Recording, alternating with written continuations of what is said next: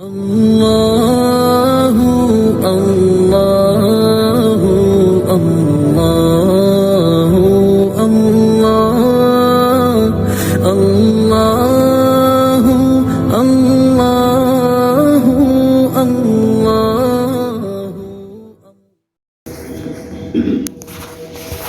الحمد لله نحمده ونستعينه ونستغفره ونؤمن به ونتوكل عليه ونعوذ بالله من شرور أنفسنا ومن سيئات أعمالنا من يهده الله فلا مضل له ومن يضلله فلا هادي له ونشهد أن لا إله إلا الله وحده لا شريك له ونشهد أن سيدنا وسندنا ونبينا ومولانا محمدا عبده ورسوله صلى الله تعالى عليه وعلى آله وأصحابه أجمعين، أما بعد فأعوذ بالله من الشيطان الرجيم، بسم الله الرحمن الرحيم، والذين يبيتون لربهم سجدا وقياما، وقال النبي صلى الله عليه وسلم من صلى العشاء في جماعة فكأنما قام نصف الليل،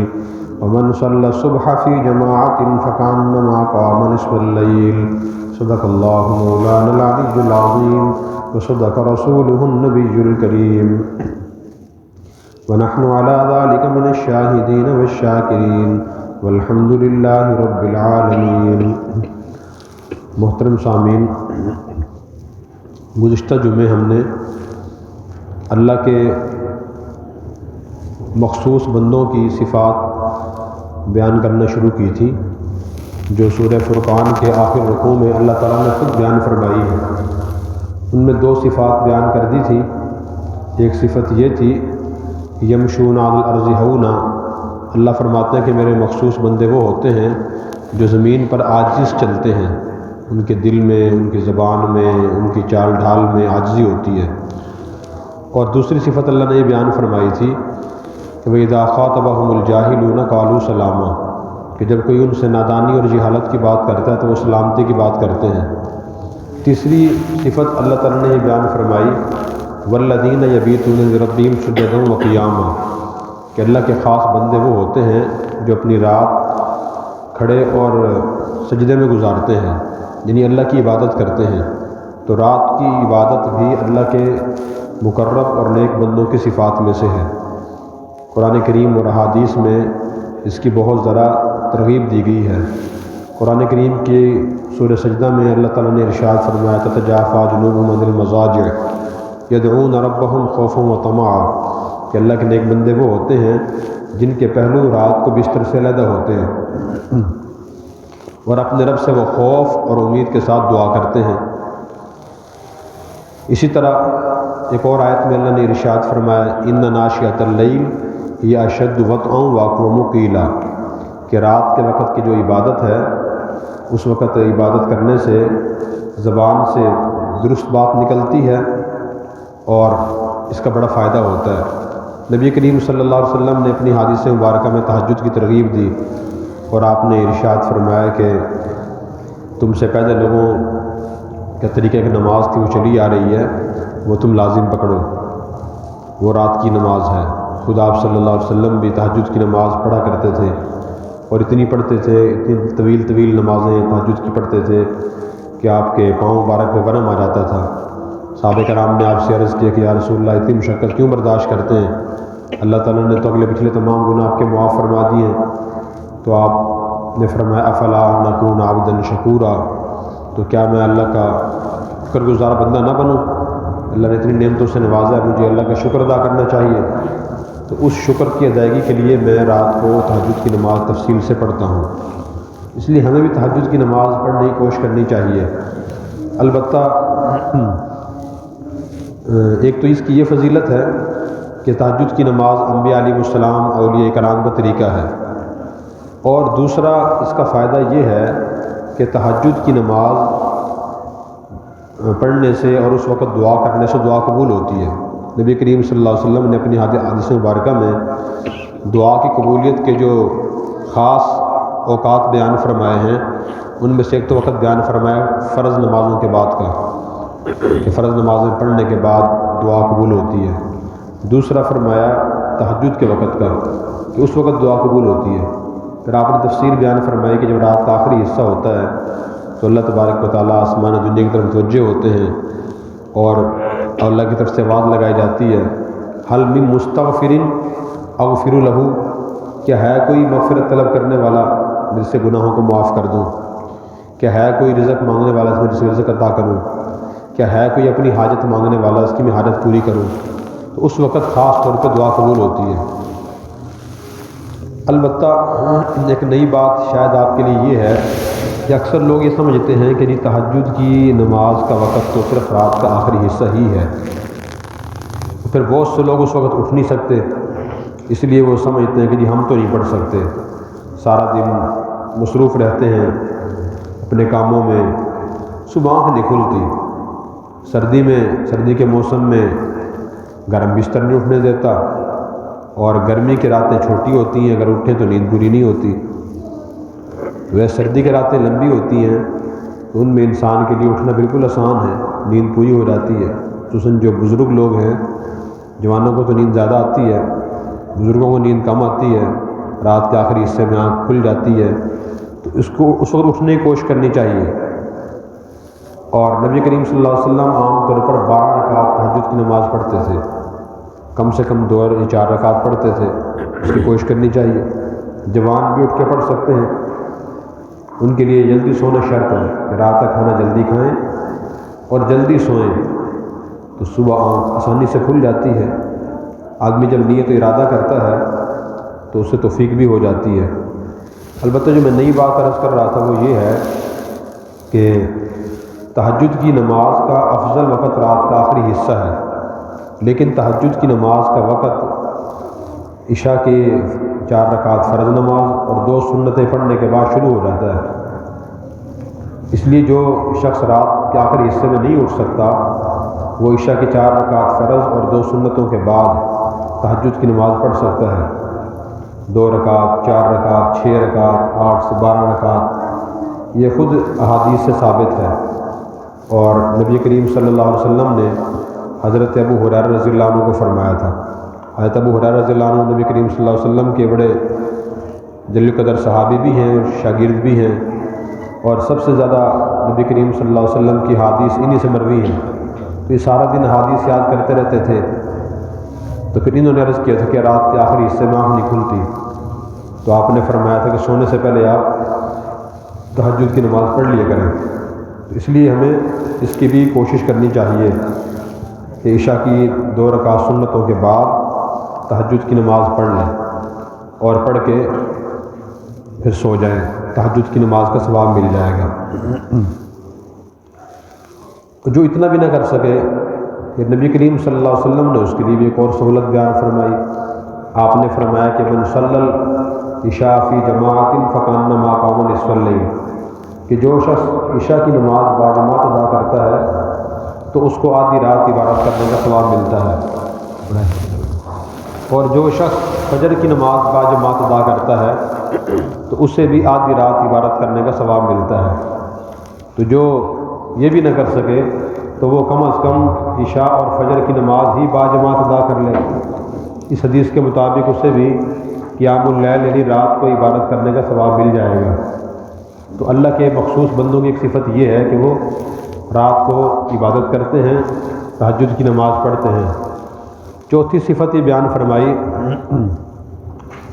والذین یقولون ربنا اصرف عنا عذاب جہنم ان عذابها کان غراما، کہ اللہ کے نیک اور خاص بندے اللہ سے یہ دعا کرتے ہیں کہ اللہ ہم سے جہنم کا عذاب دور رکھنا، جہنم کا عذاب تو بہت برا ہے۔ اس سے معلوم ہوا کہ اللہ کے نیک بندے جہنم کو بھی ذہن میں رکھتے ہیں اور اس سے بچنے کی کوشش کرتے ہیں، دعا کرتے ہیں۔ یہی بڑی اہم بات ہے۔ آج اکثر مسلمان کے ذہن میں خیال یہ ہے کہ جی بس اللہ تعالیٰ معاف کر دیں گے، بس اللہ معاف کرنے والے ہیں، نئی پاک شفاعت کریں گے اللہ تعالیٰ معاف کر دیں گے۔ یہ باتیں تو برحق ہیں، صحیح ہیں، لیکن جہنم کا خیال، آخرت کی فکر، قیامت کی فکر ایک مسلمان کے دل میں ہونی چاہیے۔ نبی کریم صلی اللہ علیہ وسلم کی جو مجلس کے خاص موضوعات تھے جن موضوعات پہ ٹاپک پہ آپ گفتگو کرتے تھے ان میں سے ایک آخرت کا موضوع بھی تھا۔ کثرت سے آپ یہ بیان فرماتے تھے، اور جو پہلا خیال جن کے دل میں ہے اکثر وہ جہنم کا اور آخرت کا، قبر کا خیال نہیں آتا، تو اس وجہ سے لوگ گناہوں میں مبتلا ہو جاتے ہیں۔ جب بھی کوئی تنبیہ کرتا ہے کہ جی یہ کام تو گناہ ہے، حرام ہے جی، اللہ معاف کرے گا جی، یہ کام تو خلاف شریعت ہے، اللہ معاف کرنے والا ہے جی، اچھا اس کام سے دین نے منع کیا ہے، کوئی نہیں جی، خیر اللہ معاف کرے گا۔ اس لیے یہ بات بھی غلط ہے ایسے موقع پہ کہ جہنم کا خیال دل میں رکھنا اور اس سے بچنے کی دعا کرنا یہ اللہ کے نیک بندوں کی خاص صفات میں سے ہے۔ پھر اس کے بعد اللہ تعالیٰ نے ان کی 5ویں صفت بیان فرمائی، والذین اذا انفقوا لم یسرفوا ولم یقتروا وکان بین ذلک قواما۔ اللہ کے خاص بندے جب خرچ کرتے ہیں تو نہ تو وہ فضول خرچی کرتے ہیں اور نہ ہی وہ تنگی سے خرچ کرتے ہیں، یعنی خرچ کرنے میں اعتدال سے کام لیتے ہیں، میانہ روی اختیار کرتے ہیں، درمیانی چال چلتے ہیں۔ تو خرچ کرنے کے بارے میں سب سے پہلی بات یہ ہے کہ آدمی کے ذہن میں یہ ہونا چاہیے کہ ہمارے پاس جو دولت ہے یہ اللہ تعالیٰ نے اپنی مہربانی سے ہمیں عطا فرمائی ہے۔ ہم سے زیادہ طاقتور، ذہین، تعلیم یافتہ لوگ بھی ایسے دنیا میں ہیں جن کے پاس اتنی دولت نہیں جتنی ہمارے پاس ہے، اس لیے اللہ کی عطا ہوتی ہے یہ۔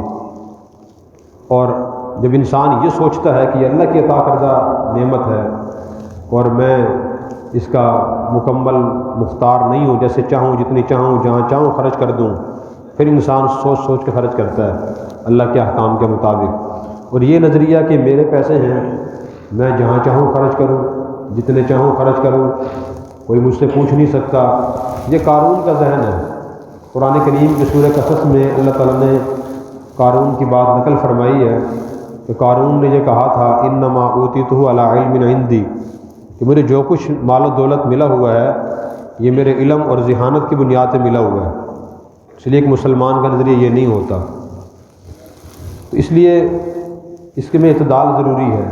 اعتدال کا مطلب یہ ہے کہ ایک تو آدمی ضرورت کے موقع پہ خرچ کرے، گناہ میں خرچ نہ کرے، گناہ کے کاموں میں، گناہ کی چیزوں میں دولت کو خرچ کرنا یہ گناہ ہے اور حرام ہے۔ نبی کریم صلی اللہ علیہ وسلم نے اپنی حدیث مبارکہ میں قیامت کے دن کے سوالات کا تذکرہ فرمایا کہ ایک مسلمان سے فلاں چیز کے بارے میں سوال کیا جائے گا، فلاں چیز کے بارے میں، پھر آپ نے یہ بھی فرمایا کہ اس مال کے بارے میں پوچھا جائے گا، من این اکتسبہ وفیما انفقہ، کہ کن کن طریقوں سے دولت حاصل کی تھی اور کمائی تھی اور کہاں کہاں خرچ کی تھی۔ اس حدیث سے معلوم ہوا کہ نہ تو ہم دولت کے کمانے میں آزاد ہیں کہ جس طرح چاہیں کما لیں، اور نہ خرچ کرنے کے بارے میں آزاد ہیں کہ جہاں چاہیں جتنی چاہیں خرچ کر دیں۔ جب تک کہ مسلمان قیامت کے دن ان دو سوالوں کا جواب نہیں دے گا اس وقت تک اپنی جگہ سے پاؤں نہیں ہلا سکے گا۔ اور پھر آپ صلی اللہ علیہ وسلم نے خرچ کرنے کی ترتیب بتائی ہے۔ ایک صحابی آئے، عرض کیا کہ یا رسول اللہ میرے پاس ایک دینار ہے، میں کہاں خرچ کروں؟ آپ نے فرمایا کہ اپنی ذات پہ خرچ کرو، انفق علی نفسک۔ پھر انہوں نے پوچھا کہ میرے پاس ایک دینار اور بھی ہے، وہ کہاں خرچ کروں؟ فرمایا کہ انفق علی ولدک، اپنی اولاد پر خرچ کرو۔ پھر پوچھا کہ ہندی آخر، میرے پاس ایک اور دینار بھی ہے، وہ کہاں خرچ کروں؟ آپ نے فرمایا کہ انفق علی زوجتک، اپنی بیوی پر خرچ کرو۔ پھر پوچھا کہ ہندی آخر، میرے پاس ایک اور دینار بھی ہے، وہ کہاں خرچ کروں؟ آپ نے فرمایا کہ انفق علی خادمک، اپنے خادم اور ملازم پہ خرچ کرو، یہ گھر کے فرد کی طرح ہے۔ پھر پوچھا کہ ہندی آخر، میرے پاس ایک اور دینار بھی ہے، کہاں خرچ کروں؟ تو آپ نے فرمایا کہ جہاں تم چاہو خرچ کرو۔ دیکھیں آپ نے خرچ کرنے کی ترتیب بتائی ہے کہ سب سے پہلے انسان اپنی ضروریات پوری کرے، پھر اس کے بعد اولاد کی، بیوی کی، گھر کے یا دوسرے ملازمین کی، پھر اس کے بعد انسان کسی اور جگہ خرچ کرے۔ یہ آپ نے ترتیب بتائی ہے۔ بہت سے لوگ تو خرچ کرنے میں بخیل ہوتے ہیں، اپنی ضرورتیں ہی پوری نہیں کرتے، پھر یہ کیا کرنا ہے خرچ کر کے، بس سادگی ٹھیک ہے، ایسے ہی ٹھیک ہے۔ جو واقعی جائز ضروریات وہاں بھی خرچ نہیں کرتے، اسے یہ بخل ہے، تو شریعت نے اس سے ہی منع فرمایا۔ اور بہت سے لوگ خرچ کرنے میں اسراف، فضول خرچی سے کام لیتے ہیں، بے تحاشا خرچ کرتے ہیں، اور اکثر لوگ دین کی باتوں کو غلط سیٹنگ کرتے ہیں ان کی۔ مثلاً ایک آدمی بے تحاشا فضول خرچ کرتا ہے، اب اس نے ایک بات پکڑی ہے کہ جی خرچ کرنے سے اللہ مال بڑھاتا ہے۔ نبی کریم صلی اللہ علیہ وسلم نے فرمایا کہ صدقہ خرچ کرنے سے مال کم نہیں ہوتا۔ کہاں خرچ کرنا ہے، کتنا ہے، گناہ میں گناہ کی چیز تو نہیں ہے، یہ بھی دیکھنا ضروری ہے۔ اور کتنا خرچ کرنا ہے، دین نے یہ تو نہیں فرمایا کہ آدمی بے تحاشا خرچ کرے، ضرور سے زیادہ خرچ کرے، بلکہ یہ فرمایا کہ لینفق ذو سعۃ من سعتہ، قرآن کی آیت ہے کہ ہر آدمی اپنی وسعت کے مطابق خرچ کرے، جتنی اس کی وسعت اور گنجائش ہے اس کے مطابق وہ خرچ کرے۔ ومن قدر علیہ رزقہ فلینفق مما آتاہ اللہ، اور جس پہ اللہ نے رزق تنگ کر دیا ہو تو اپنی حیثیت کے مطابق خرچ کرے۔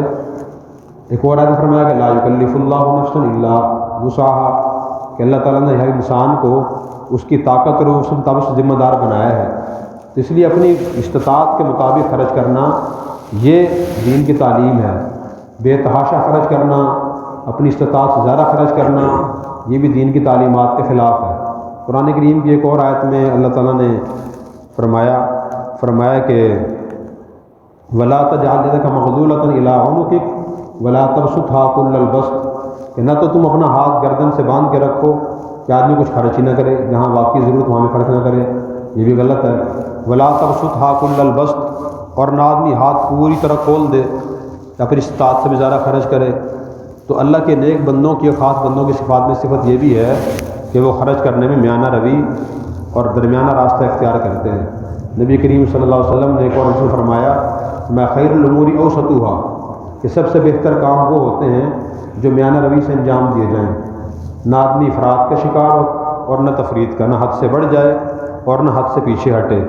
تو یہ اللہ کے نیک بندوں کی آج تک یعنی 4 صفات بیان ہو گئی ہیں جو اللہ کے خاص بندے ہیں۔ پہلی صفت یہ ہے کہ وہ نرمی عاجزی سے چلتے ہیں، اور دوسری صفت یہ ہے کہ وہ نادان اور جاہلوں سے الجھتے نہیں، بحث نہیں کرتے، اور تیسری صفت یہ ہے کہ وہ تہجد کی نماز پڑھتے ہیں، رات کو عبادت کرتے ہیں، اور چوتھی صفت یہ ہے کہ وہ خرچ کرنے میں میانہ روی اختیار کرتے ہیں، نہ بخل سے کام لیتے ہیں اور نہ فضول خرچی کرتے ہیں۔ باقی صفات انشاءاللہ آئندہ عرض کریں گے۔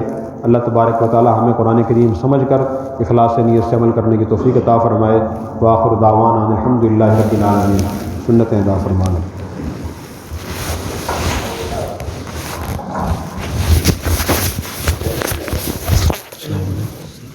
خیریت سے ٹھیک ہے۔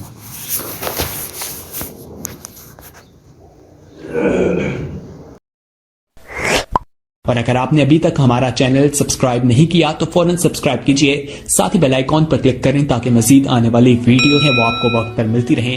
اللہ حافظ۔